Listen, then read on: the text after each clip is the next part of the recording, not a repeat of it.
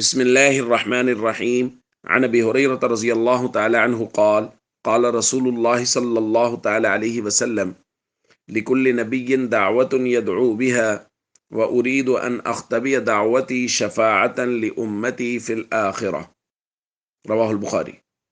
نبی کریم صلی اللہ علیہ وسلم نے ارشاد فرمایا، ہر نبی کو ایک خاص دعا حاصل ہوتی ہے جو ضرور قبول کی جاتی ہے، اور حضور نے فرمایا میں چاہتا ہوں کہ میں اپنی دعا کو آخرت میں اپنی امت کی شفاعت کے لیے محفوظ رکھوں۔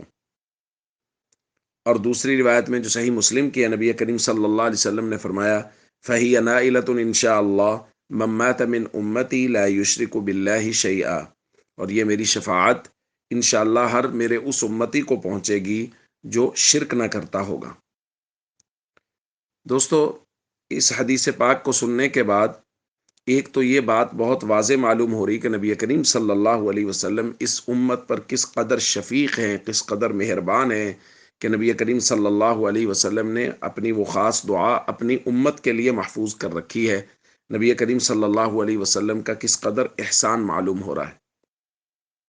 اور دوسرے یہاں جو لفظ ہے نا فَهِيَ نَائِلَةٌ إِن شَاءَ اللَّهُ مَن مَّاتَ مِنْ أُمَّتِي لَا يُشْرِكُ بِاللَّهِ شَيْئًا، کہ یہ شفاعت ہر اس شخص کو پہنچے گی جو شرک نہ کرتا ہوگا۔ اس کو سن کے دو طرح کے ذہن پیدا ہوتے ہیں۔ ایک ذہن وہ ہے جو احسان شناس لوگوں کا ہے، جو نبی کریم صلی اللہ علیہ وسلم کے احسان کو پہچاننے والے۔ وہ سوچتے ہیں یار نبی کریم صلی اللہ علیہ وسلم نے کس قدر مہربانی کی ہے کہ آپ صلی اللہ علیہ وسلم نے میرے لیے، ہم سب کے لیے، ہم امت کے لیے اپنی یہ دعا محفوظ رکھی ہے۔ حضور کس قدر امت پر مہربان ہیں، لہذا ان مہربانیوں کا، ان احسانوں کا تقاضا یہ ہے کہ ہم اپنی پوری زندگی نبی پاک صلی اللہ علیہ وسلم کے مبارک طریقوں کے مطابق گزاریں۔